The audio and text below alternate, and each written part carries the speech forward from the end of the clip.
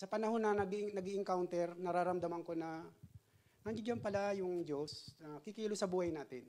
Ipaparamdam sa atin na kung meron man tayong dinadalang kabigatan, pag ito'y binigay natin sa Panginoon, ang lahat ay gagaan. Pag na-release natin yung mga dala-dala nating problema, galit, hinanakit, ito tuturuan tayo ng Diyos kung paano magpatawad. Kung paano tanggapin ng mga nakaraan ng may kagaanan sa loob, paano nating patawarin ang mga taong nagkasala sa atin at paano rin tayong humingi ng tawad sa kanila.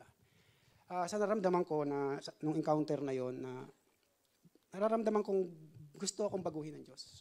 Kailangan kong ituloy. Hindi lang nung time na yon nung pagkakataon na yon para baguhin ko yung sarili ko, tanggapin ko ang kasalanan. Ako'y makasalanan o meron man akong mga dapat patawarin tao. Pero sa nararamdaman ko, kailangan ko mamuhay ng naayon sa kalooban ng Diyos. Kailangan ko magpatawad. Kailangan kong humingi ng tawad. At kailangan ko maging malaya sa kung ano man yung dinadala ko noong mga panahon na yun. Kailangan ko i-release lahat, ibigay sa Panginoon. Kaya naman noong mga time na yun, iniiyak ko talaga. Hindi man sabihin natin nakakahiya dahil lalaki. Hindi ako mag-aanong aminin na iniyak ko sa Diyos ang lahat ng naramdaman ko. Iniyak ko sa Kanya kung ano man yung mga dala-dala ko ng mga time na yun.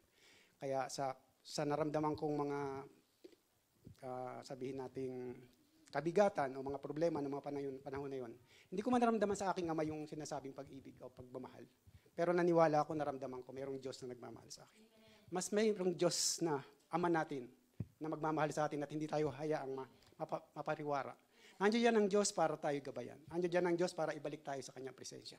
Umalis ako sa gawain ng Panginoon, alam ng mga kapatiran. Pero mabait at mabuti ang Diyos. Mahal niya ako. Ibinalik niya ako dito, kaya naman sa panahon ngayon, pinapagpatuloy ko ang pag-atin sa gawain. Ang encounter kailangan natin gawin. Kailangan natin makilala ang Diyos. Kailangan natin siyang itanggapin sa ating puso kung ano yung mga plano niya sa buhay natin. Kailangan natin gawin ang mga bagay na inuutos niya. Mahirap mang gawin dahil alam ko nasa proseso, pero darating ang panahon na naniniwala at mananampalataya ako. Gagamitin tayo ng Panginoon kung magpapagamit tayo. Yun lang po. Maraming salamat.